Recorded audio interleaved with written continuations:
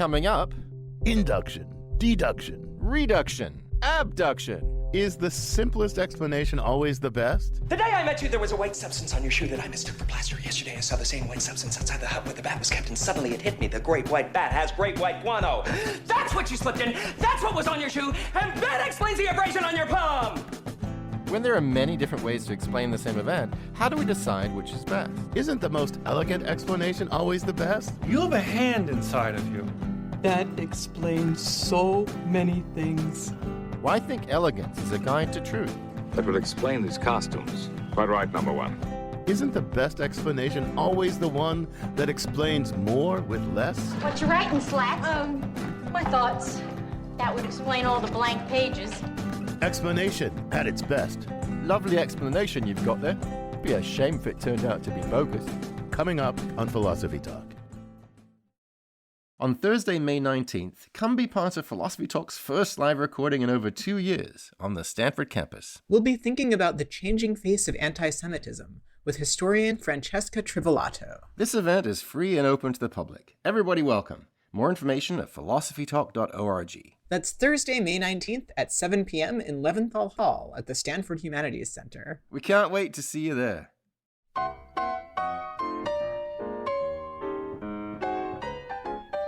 What makes an explanation a good explanation? Isn't the simplest explanation always the best? Why do people often swallow such crazy explanations? Welcome to Philosophy Talk, the program that questions everything. Except you're intelligent. I'm Ken Taylor. And I'm Josh Landy. We're coming to you from the studios of KALW San Francisco. Continuing conversations that begin at Philosopher's Corner on the Stanford campus, where I teach philosophy and Josh directs the Philosophy and Literature Initiative. Today we're thinking about explanation at its best. Oh, so Josh, suppose you have like two competing explanations of the same thing.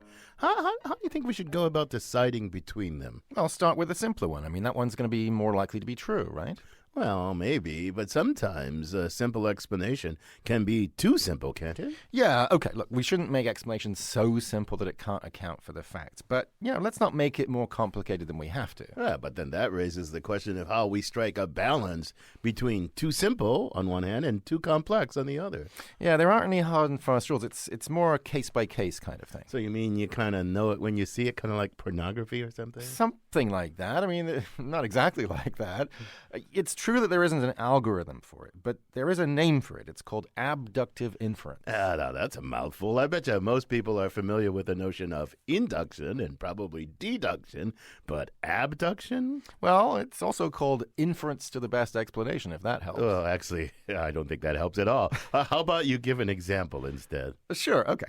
Suppose you're a detective investigating the murder of Jimmy Socrates, okay? You've got two main suspects, Freddie Nietzsche and Tommy Hobbes. Okay, I'm with you so far. Excellent. Here's the case against Nietzsche.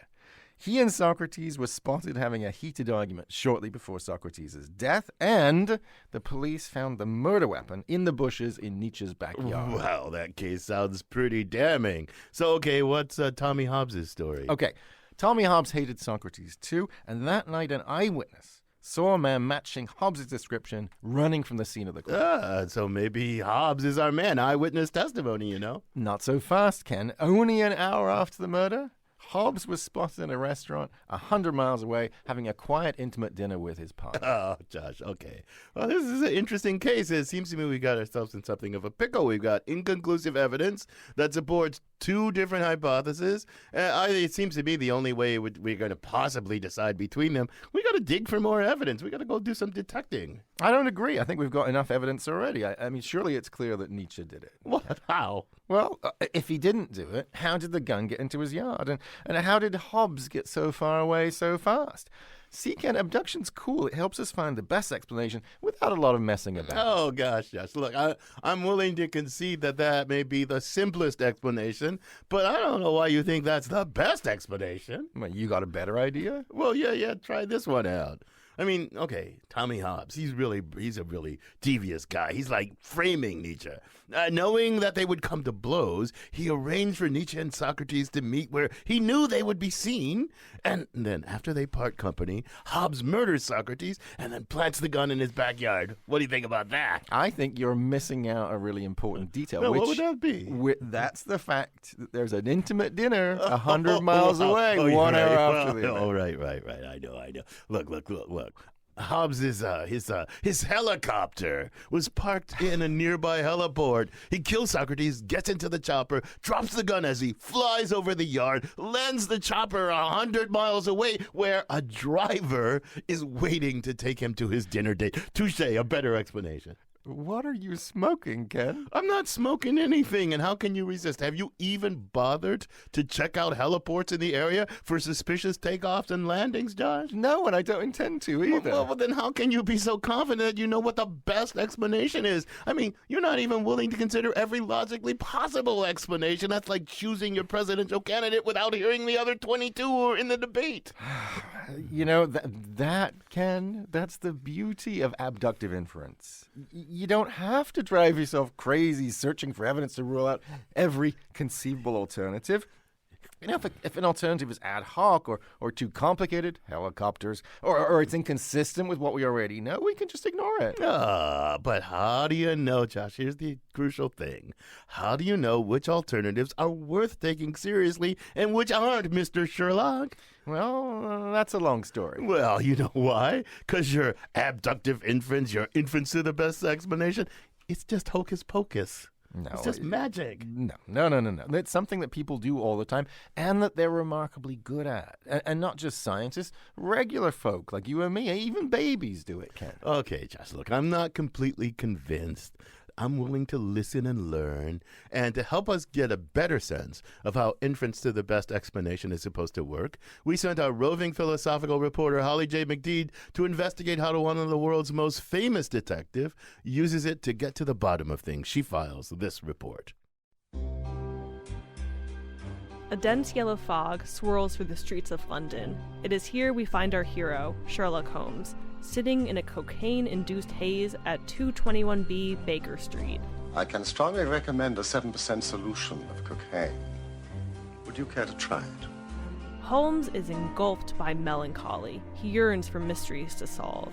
My mind rebels at stagnation. Give me problems. Give me work.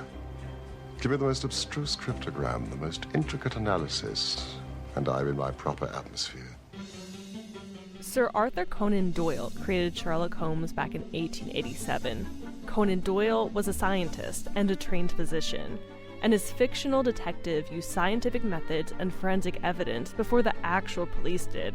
Holmes says simple explanations are sometimes the correct ones. Every problem is absurdly simple when it is explained to you. Pum, pum, pum, pum. But just as often, the unlikely explanations can be correct. How often have I said to you, once you have eliminated the impossible, whatever remains, however improbable, must be the truth.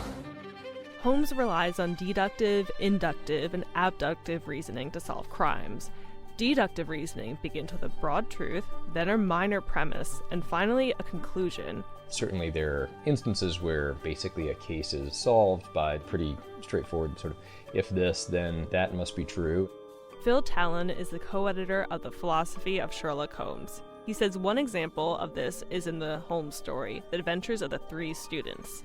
In this story, a cheater is afoot and has copied answers to an exam. The cheater must have been tall enough to look in through the window to see that the exam papers were there.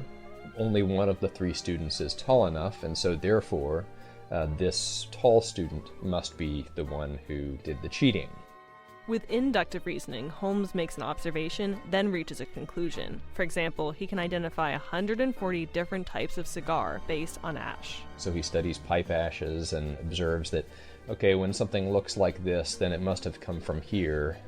He kind of moves, as it were, from the particular back to the general. So he can examine cigarette ash at a crime scene and use his insight into ash to make a guess about how suspects died or who killed who. But there's more to Holmes' method than brains.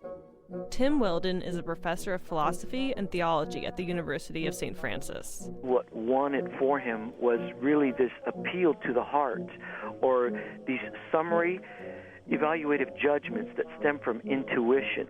Holmes uses abductive reasoning in The Adventure of the Blue Carbuncle. That kind of reasoning involves an incomplete observation, then a prediction, so it means more intuition is at play. For example, one day around Christmas, Holmes examines a dusty hat. He guesses it must belong to an intellectual fellow because of the cubic capacity of the hat. Then he guesses the wearer of the hat has lost his wife's affection. So, what do we have?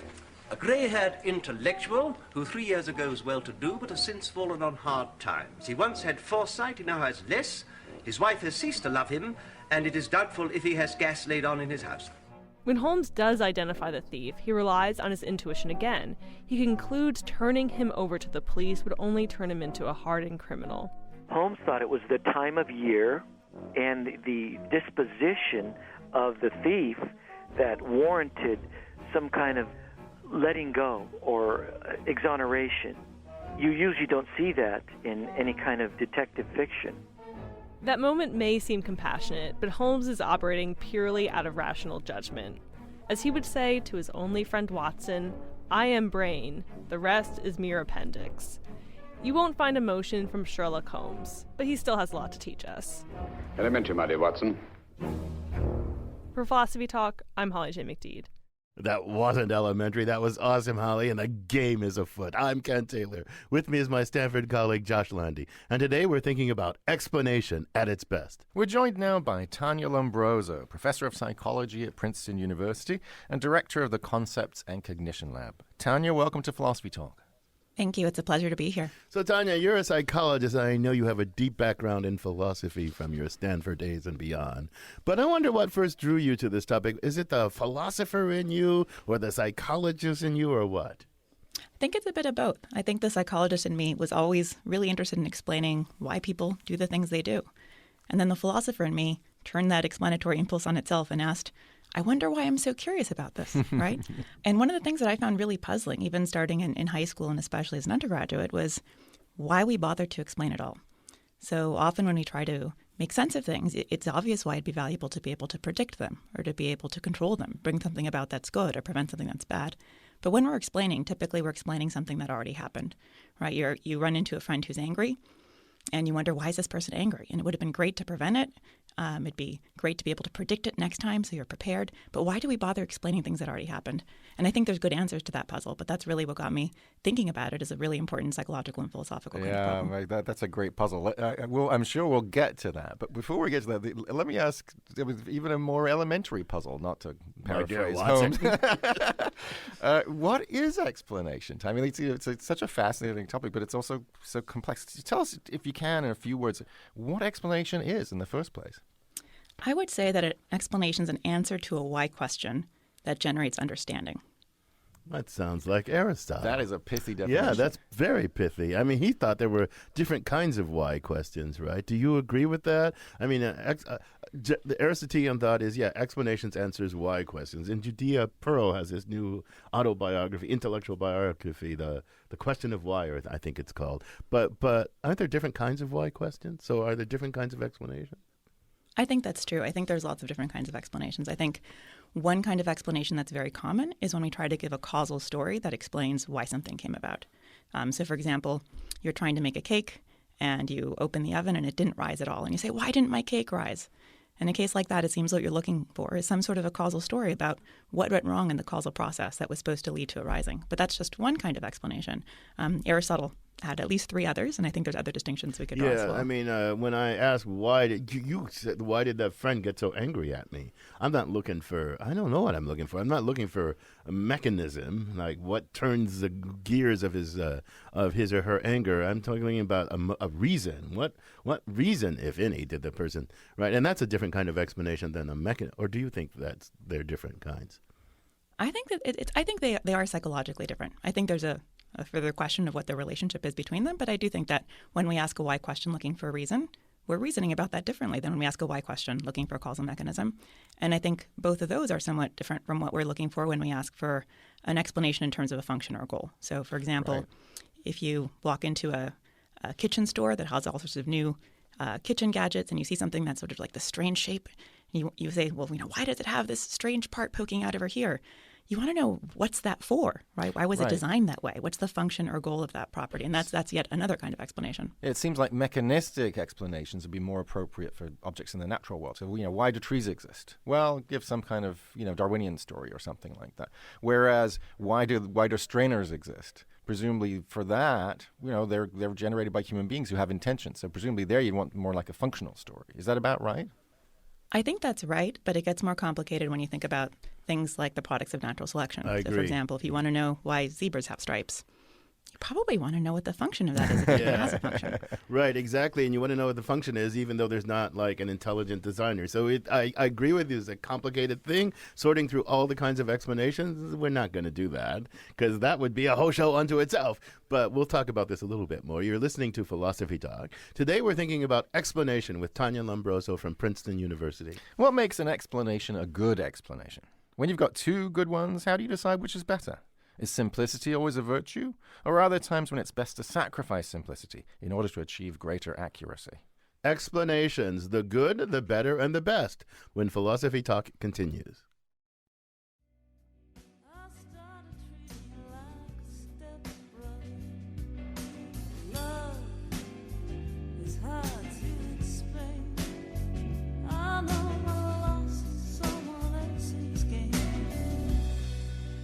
If an explanation seems overly complicated, could that be because some things are just hard to explain? I'm Ken Taylor. This is Philosophy Talk, the program that questions everything. Except your intelligence. I'm Josh Landy, and we're thinking about explanation at its best.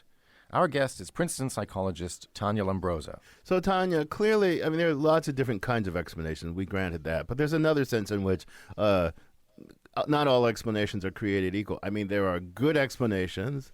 There are bad explanations, and there are beautiful explanations. I think I heard that trio from a wise person once. Two related questions for you. What makes an explanation a good explanation? And then second question, what makes one explanation better than another? Let's start with the first. What makes an explanation a good explanation? Then we'll transition to the second.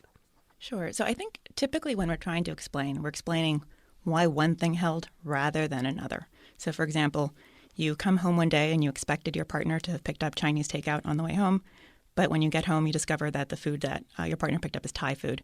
And so you say, why did you get Chinese? And implicitly you're asking, why did you get Chinese as opposed to Thai food? Right. And a good explanation is going to be one that allows you to understand why it was Chinese rather than Thai food. And that doesn't make you divorce your partner. Absolutely. And the contrast there matters, right? Because you might have, if you arrived home at 2 o'clock and weren't expecting food at all, you might ask, why is there Chinese food rather than there being no food at all? So, look, part of the way you said that, it makes it sound like you believe, and I just want to make this explicit, explanation is always contrastive. There are competing, hypotheses or something like that, and an explanation, and you you have to choose between them or something. Do you think that's right? That explanation I think is always explanation it's almost always contrastive. And I think the contrast is often not explicit, so it can be subtle, but you often ask for an explanation when something violated your expectations or was surprising, that doesn't fit in with your view of the world in some way you think you might learn from trying to explain. And so you're asking, well, why was it like this rather than this other way, which is what I expected or would have understood already. But I want to go back to Josh's rejection of my contrasting explanation as a non-starter. I'm going to write a novel in which, a mystery novel in which my story is true and everybody's misled, so because nobody thinks it's a reasonable contrast. Tommy Hobbes is framing Freddie Nietzsche. Yeah. Where does the contrast class come from? Does the world just say, "Oh, contrast this thing with that thing," or is the contrast class generated by us? Or where does the contrast class come from in the first place? I think it comes from human psychology, right? So we've built up this repertoire of expectations about the way the world works. And part of what prompts us to seek an explanation in the first place is that we encounter some sort of an observation that maybe we realize is not already accounted for by what we know about the world. And so that prompts us to ask a question. Yeah, but then I wonder if it comes just from human psychology, and if it's not like the world's options, why are we so confident that by showing that this member of the contrast class beats all the other members of the contrast class that we're going to get at the truth about the thing. You know what I mean? Because maybe there's something because of our psychology, not in the contrast class that ought to be there. Maybe Socrates isn't dead at all, right? Maybe there are options we're not even thinking about. Yeah. That's right. Maybe there's a third suspect out there we should catch. I think we shouldn't be so confident a lot of the time.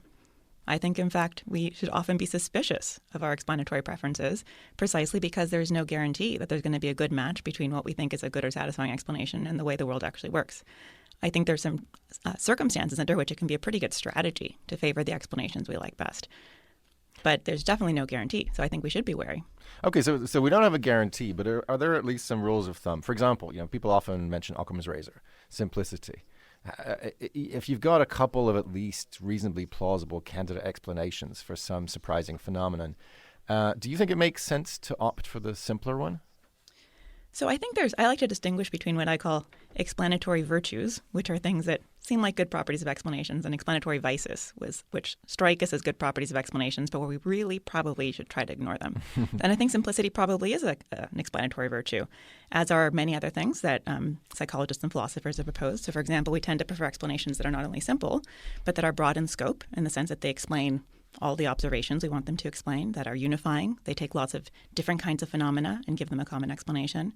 We like explanations that are consistent with our prior beliefs. We often like explanations that tell us what the causal mechanism is that was involved, or that are fruitful in the sense that they prompt further inquiry. So I think all of those are good candidates for explanatory virtues and should be distinguished from the vices, which I can tell you about in a moment. Okay, that is a great list, right? So fruitful, broad, simple. These are excellent. But can I press you a little bit on the simplicity? I mean, think about Fermat's last theorem, for example, right? That famous theorem that he said he didn't have enough space in the margin for the proof of his theorem. I mean, no kidding. I mean, it took Andrew Weiser like 129 pages. So, I mean, my point is, aren't there cases where explanations, where the phenomena of the world are actually so complicated that we need a complicated explanation? And if we're opting for a simple one over a complicated one, maybe we're just making a mistake. Maybe it could be an explanatory vice, not a virtue. I think some of the time we are making a mistake, but there might be good reasons why it's a good strategy to start with a simple explanation. So one reason why it might be a good strategy is because the simple explanation's typically going to rule out more possibilities. It's sort of going to be consistent with a smaller set of options in the world, and so it's going to be easier to test if it's true. So if you make the mistake of picking the simple thing, you'll quickly discover that you're wrong. If you make the mistake of choosing a really complicated thing, that might be a really hard idea to test or to verify based on any observations. You're going to hang out with this false complicated theory longer than you really ought to. So that's one reason why it might be a good strategy, even if it's not true that the world is actually simple. So I agree with you, but I want to test out an intuition hunch that I'm having about why you think some of the things you think.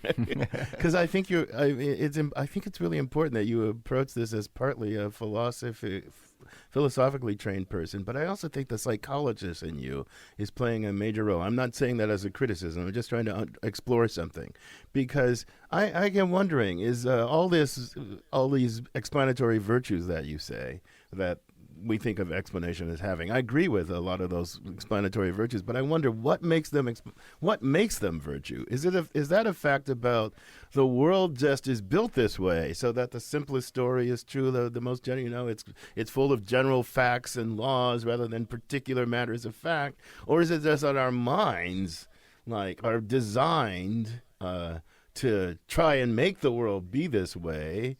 Or is it that there's a pre-established harmony, or maybe an evolutionarily established harmony between our minds and the way the world works? I mean, why do we think of the virtues of explanation as virtues? Because it seems to me that's not the result of hard-won experience necessarily, but maybe something about the architecture of our minds. I wonder what you think.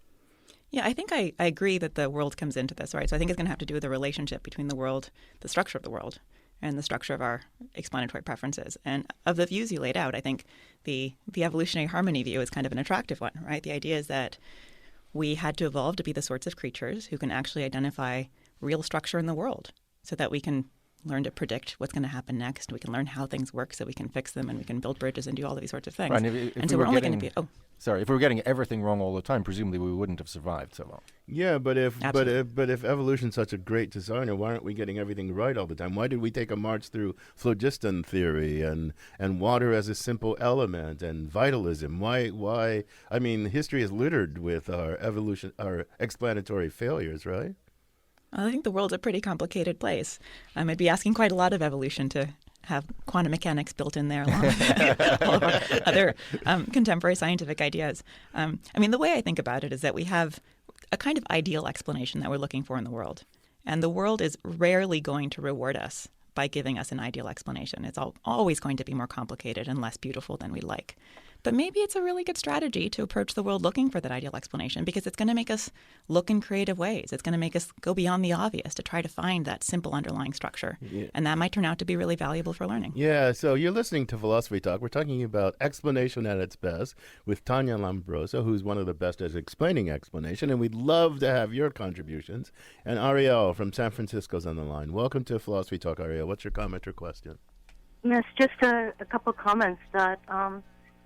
one is ignoring maybe the motivation of the speaker and who the audience is and what is the conscience behind the speech, and that we can see today with our climate crisis, which is urgent. Sometimes we try to explain to people about the need to take action, and you can explain maybe deftly, and there's no sense of responsibility, or there's some kind of disconnect between the response and the explanation.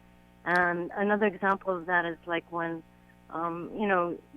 the President Trump is accused of bribery, and they generally use cognitive dissonance or accusing their opponents of exactly what their audience is thinking about them. So he accuses his critics of being corrupt. And this kind of explanation in which psychology is used to sort of skew the interpretation is so important to be able to analyze today, to navigate through the media. Which so Ariel, there's a lot there, and I wanted to give Tania a chance to dig into some of it. Thanks for the call. I think the general point about that Ariel is making is about the use and abuse of explanations. I mean, if our minds are just designed to try and find good explanations, there's a lot of crappy explanations out there, and people parade explanations that are crappy explanations as good explanations with all kinds of motives, and we sometimes fall for that. What's up with that? Yeah, I think Ariel raises some really great points, and this is a good point to bring in the idea of explanatory vices. There are things that make us like explanations when we probably shouldn't, and some of the most prevalent ones are ones that come up in the examples that she raised. So, for example, there's a general psychological phenomenon called motivated reasoning. We often try to make things fit what we want to believe.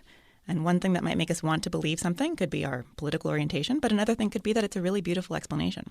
So I think we have to watch out for motivated reasoning as one thing that might lead us astray when it comes to thinking about explanations. Give me more of a list of explanatory vices, because I take your point, but now we're talking about the downside of our kind of explanation mongering, and I want to know more about that. So tell me more about explanatory vices. Yeah, so one thing that psychological research has suggested is that people are often swayed by superficial characteristics of explanations, like the use of jargon. So non-experts who hear some neuroscience sprinkled into a psychology explanation, or who have some math sprinkled into a science explanation, will think that makes it better. Yeah, I've heard that 87% of people do that. I heard that 87. No. I heard that 87.689% of people do that.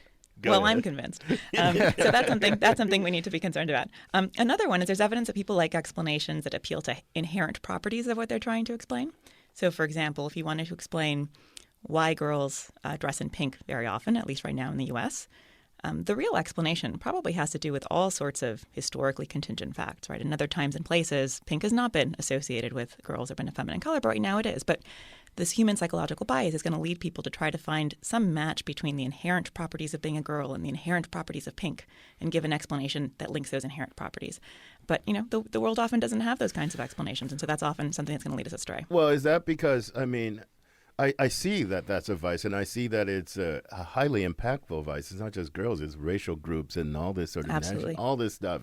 That's where the essentializing tendencies that we have and try to combat come from. But so I wonder something. I mean, I see that this is a vice, but it's kind of part of the coin, because if we're looking for like the world's own categories, if our mind is thinking that these are the world's categories, and the world's categories will be predictive and deep and explanatory, and if we think like race or gender is the world's category and not just our category, then it kind of comes with the turf that we're going to think of it that way, right?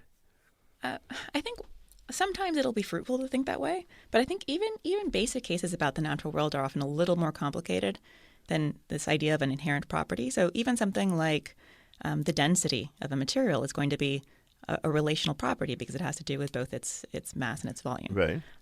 So even that like very basic aspect of the physical world that we do think, I think, carves nature at its joints in an important way, isn't going to be inherent in this sense. So probably I'd say in most cases, I think, looking for inherent is not going to be at least true as a description of the world. Again, it might be a good strategy that latches us onto properties of the world that then gets us onto a more complicated picture. But I want to ask you a deeply philosophical question. You can ignore it if you want. I don't know if it's but I wonder if there's a question. You mentioned carving nature at its joints. So let's think there are certain joint carving properties. We think nature has its joints. Okay, and so part of our minds is looking out for what are nature's joint carving properties, and we're trying to figure those out. And then there are other properties that don't carve nature at the joints. I mean, they're human inventions or social constructions. Psychologically speaking, is there a difference in our brains in the way these kind of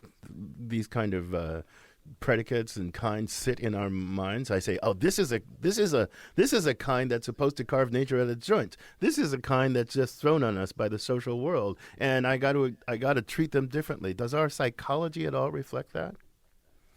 There is evidence that at the extremes you get quite big differences. So, for example, the way people think about gold is as something that really carves nature at its joints. And if I suddenly made up a new category like white things that I first observed on a Tuesday, you probably don't think that's a real category. And so if we take those extreme cases, you find distinct psychological signatures of how we reason about those categories. But then you get a lot of sort of gray stuff in the middle. So, for example, mental disorders are a category where people vary in how they think about it, and it has some of the properties of the way people think about natural kinds and some of the properties of the way people think about more conventional kinds of categories. So even though the endpoints might be clear, there's a lot in the middle. Yeah, this is complicated stuff, Tania. This is really deep stuff.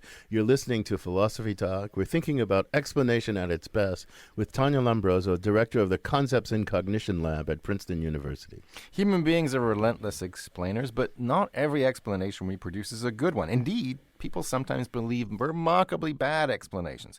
So how do we become better producers and consumers of explanations? Making better explanations and making better explainers when Philosophy Talk continues.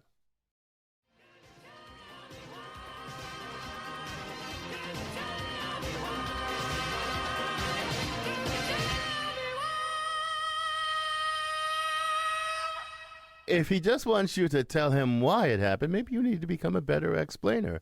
I'm Ken Taylor, and this is Philosophy Talk, the program that questions everything. Except your intelligence. I'm Josh Landy. Our guest is Princeton psychologist Tania Lombrozo, and we're asking about how we explain things. And we've got a caller, Phil from Oakland, on the line. Welcome to Philosophy Talk, Phil. What's your comment or question? Hey, thanks so much for taking my call. The question is about sort of how we ask more radical questions and how, asking a question can presuppose the context for its answers. So, like, if we are metaphysical realists and we're wondering, how do we explain the world? And we're trying to find a better explanation, but we're looking for an explanation that's going to be like having a kind of reference and having a kind of materialism involved in it.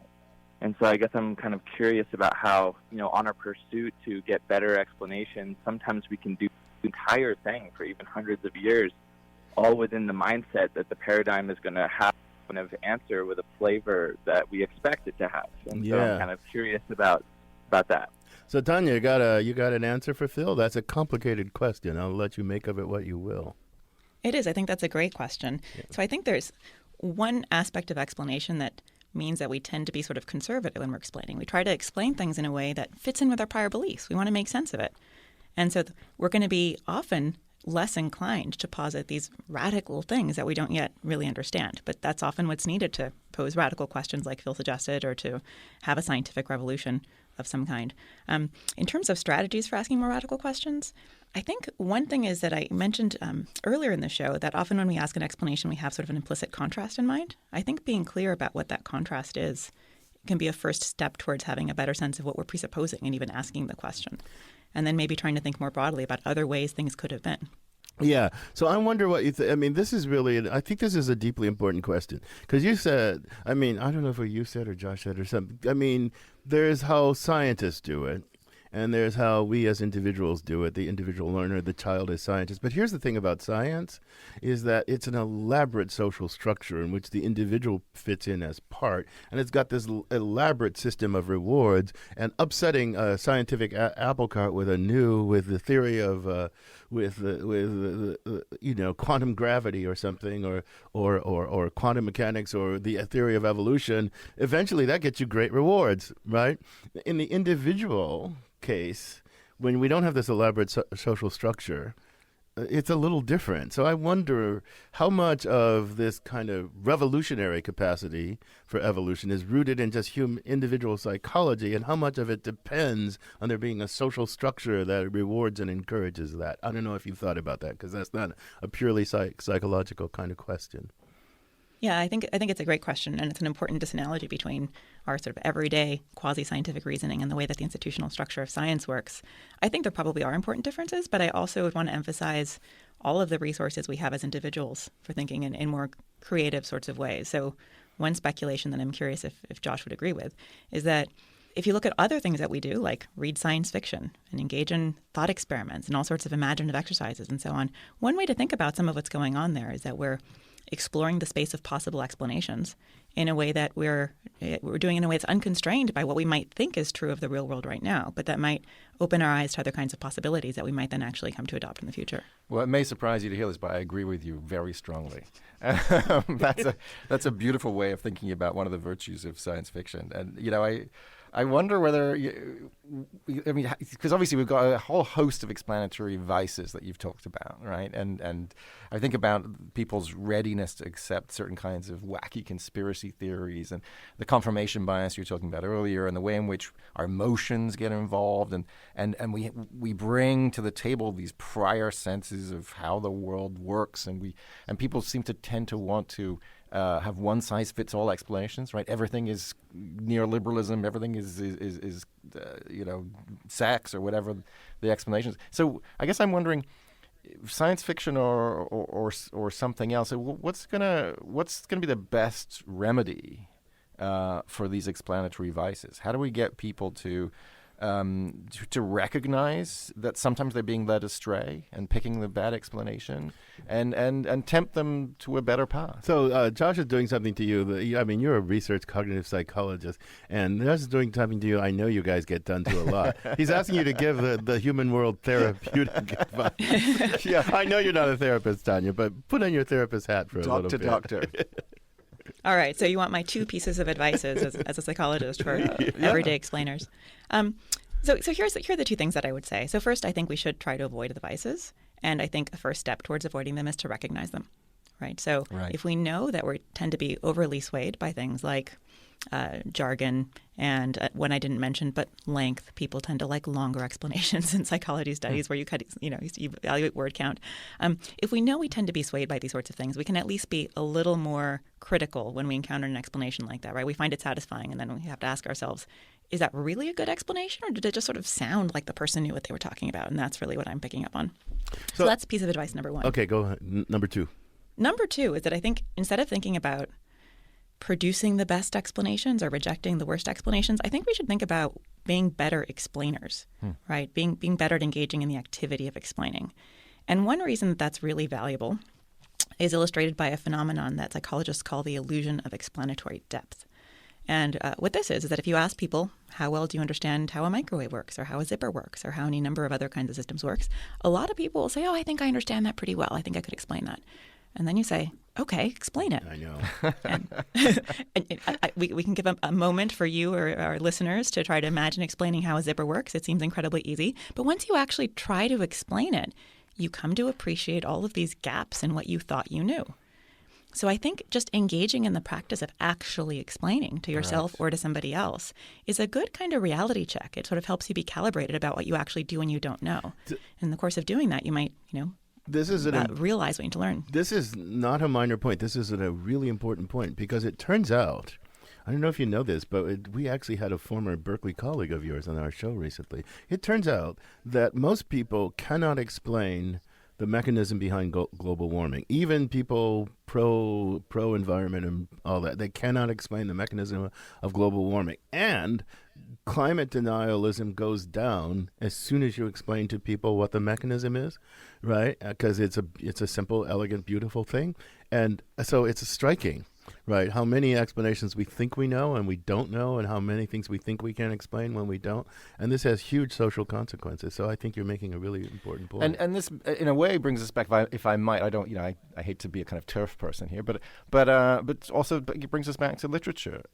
You made this lovely point, Tania, about reading as cultivating our capacity to imagine different possibilities. I also think about explaining reading. Right, the kind of work that literary critics do, that art critics do, that film critics do. If we all engage in that practice, I mean, that's not a bad habit to get into. We've got a complicated artifact in front of us that is puzzling, and we're, if we invite ourselves to try to account for it, give an explanation for it. Well, what about that as a kind of a training ground for these good habits of explanation? Absolutely. I mean, I think one of the things that I find compelling in reading fiction is that just as in real life, you find yourself trying to explain why people behave the way they do. You do this in these fictional worlds too. But often in the fictional worlds, you get to explore experiences inside somebody else's head or in worlds that are very different from our own. And so you're going to have opportunities to engage in that kind of explanatory enterprise that might go beyond what you would in your everyday experience. Right, and this brings me to another question. We didn't talk yet about beautiful explanations, right? So we've talked about good ones and bad ones, but I love this idea that there are beautiful explanations. I think it's totally true, and I certainly feel that way about some explanations of artworks. I feel that way about some scientific explanations of phenomena. So what does it make something beautiful? We've talked about that being potentially dangerous, right? You get seduced by the beauty, but aren't there cases where it's just a good thing? You have this elegant, beautiful explanation that's exciting. Maybe it requires ingenuity to have come up with it. It's got these beautiful, clean lines. I mean, can you say something about that? Like, what does it make an explanation elegant? And can there be elegant explanations that aren't just misleading? So I tend to think of beautiful explanations as explanations that exhibit all of the explanatory virtues to a great extent, right? So a beautiful explanation is one that's not only simple, but also explains a lot, for example, and does so in a way that's fruitful and so on, right? So when you get all of the explanatory virtues, right? Yeah, I think that's the core of it. And those can be true. I mean, certainly they can be. I think the thing that we need to be wary of is thinking that just because they're beautiful, that's enough to be done, to think we've done the job of showing they're true and we can stop. I think it can be a start to inquiry rather than an end to inquiry. So I want to ask you a question about education, because all of us are in the business of educating the young. And I said something like to a bunch of students on the first day of class. I said, these are Stanford freshmen, they're brilliant.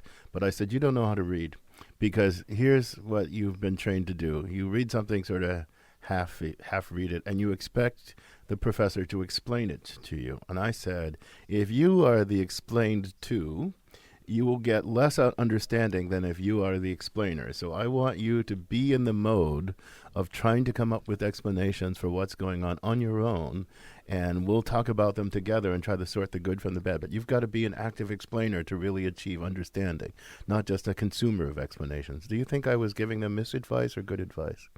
I think that was excellent advice, and you might not have known it, Ken, but it's backed up by a couple of decades of research in psychology. So there's a phenomenon called the self-explanation effect, and I'm willing to bet we've all experienced it, and it's basically the phenomenon that sometimes you come to understand something better as a result of explaining it to yourself or to somebody else. And that's very different from being a consumer of an explanation. When you're the consumer of an explanation, you've gotten new information that you didn't have before. But when you're the one doing the explaining, it's not that you're getting new information that wasn't in your head already. So you're somehow rearranging it in a way that's valuable. So why don't we make our educational system to exploit the fact that humans are inveterate explanation mongers and to try and make them more hungry for deeper, more explanatory explanations? Because that's what the brain wants to do. Why is our education system the way it is? So I do think to some extent teachers are aware of this and they use it in their classrooms. Often the reason you have group activities and peer tutoring and so on is precisely because those kinds of activities promote explanation. But I think I want to correct, perhaps a presupposition in what you just said. Okay. So I think it is true that we're explanation-seeking creatures, but we're also so selective about what we seek explanations for, right? So you can in principle explain anything. Why is this wall white? Right. Why is this yellow? Why is it exactly 2:52 right now? And so on. And most of the things that we could explain from our environment, we don't bother to explain. So even though we're extremely motivated to explain, I think we're also extremely selective in what we explain. I think you're right. Look, I think we've just scratched the tip of the iceberg, and this is a deep subject. But unfortunately, radio, it has its time constraints, and why is that? Yeah, money. No, but not on this radio station. But Tania, so I have to thank you for joining us. It's been a fascinating conversation. Thanks for having me. Our guest has been Tania Lombrozo. She's a professor of psychology at Princeton University, director of the Concepts and Cognition Lab there. So, Josh, can you explain to me what you're thinking now? I think it's such a fascinating field. I mean, on the one side, you've got like mansplaining. There's awful motivations for explaining. And you've got bad explanations like conspiracy theories and skeleton key theories. Everything's neoliberalism. On the other side, you've got not just great explanations, but beautiful explanations, and that are true, both true and beautiful. And at the end of the day, I think I love your advice the best, Ken. Thank you. You're welcome. Go out there. I mean, also Tania's, right? Go out there and explain things. Yeah. Get in the habit, even of zippers, even of everyday things. Get in the habit of explaining things. You'll understand things better, and you'll become a better contributor to discourse. I totally agree. I mean, there's much to explain. The habit of searching for explanation is an important part of the human mind. There are deep questions here and one of the thing I love best about Tania is she's bringing psychology and philosophy back together after their separation 100+ years ago. But anyway, this conversation continues at Philosopher's Corner, at our online community of thinkers, where our motto, with apologies to Descartes, well, no apologies to Descartes, cogito ergo blogo, I think, therefore I blog. And you can become a partner in that community by visiting our website, philosophytalk.org. And if you have a question that wasn't addressed in today's show, we'd love to hear from you. Send it to us at comments@philosophytalk.org, and we may feature it on our blog. Now, can anyone possibly explain how fast this guy talks? It's Ian Scholes, the 60-second philosopher. Ian Scholes, Occam's razor, that clean blade which etches the shortest straight line from effect to cause, the best, the simplest explanation, has been dulled, given away to Goodwill, which wouldn't even take it because it's a razor. A child might swallow it, could get infected by bacteria and cause the death of thousands of preteens in small towns in Ohio, which fluoride their drinking water and don't vaccinate their children. It's not a moral panic. It's a simple abandoning of common sense. We pretend we are great believers in common sense, but it's more honored in the breach, as they say, than the observance. Oh, the circles our logic weaves. Experts have always been with us, and they're quite good if left to their own advices and not telling us to avoid microwaves. They potter about and invent things like cars and phones and stereos and philosophical systems and stage productions and movies and highways. But when it comes to explaining it all, they often come a cropper. Part of that has to do with how complicated it all is now. Tell me how a car works. Well, first you need to explain how internal combustion works. Before that, you need to share the concepts of flammability, tiny explosions, moving parts, the wheel, and by extrapolation, automobile factories, license plates, unions, mergers, overseas competition, freeways, dirt roads, drag races, climate change. I mean, where do you even begin? 10 years from now, we might not even have cars, or we'll all be dead from global warming, so why bother? Okay, so keep up with the times and try to explain solar or wind power. And immediately you get fossil fuel propagandists accusing you of being a traitor to the free marketplace. And if you support the local zoo, you're a socialist. Common sense is history. Look what happened to mansplaining.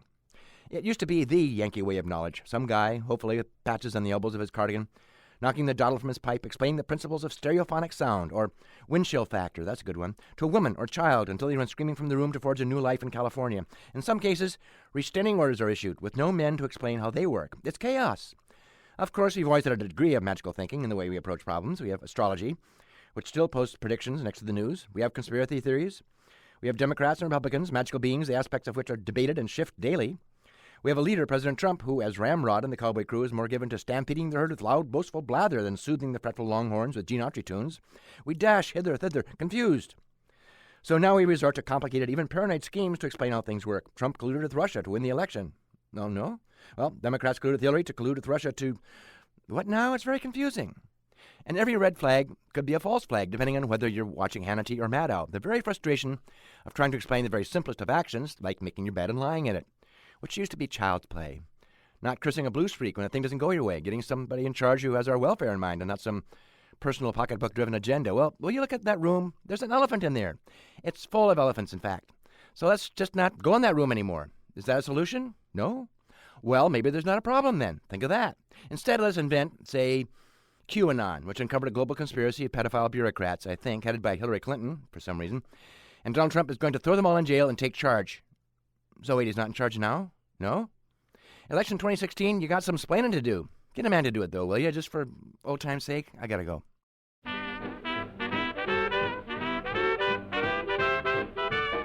Philosophy Talk is a presentation of KALW, local public radio, San Francisco, and the trustees of Leland Stanford Junior University, copyright 2019. Our executive producers are David Demarest and Tina Pamantuan. The senior producer is Devin Strolovich. Laura McGuire is our director of research. Cindy Prince-Baum is our director of marketing. Thanks also to Merle Kessler, Angela Johnston, and Lauren Schechter. Support for Philosophy Talk comes from Stanford University and from the partners at our online community of thinkers. The views expressed or misexpressed on this program do not necessarily represent the opinions of Stanford University or of our other funders. Not even when they're true and reasonable. The conversation continues on our website, philosophytalk.org, where you too can become a partner in our community of thinkers. I'm Josh Landy. And I'm Ken Taylor. Thank you for listening. And thank you for thinking. I'll explain. Okay, explain.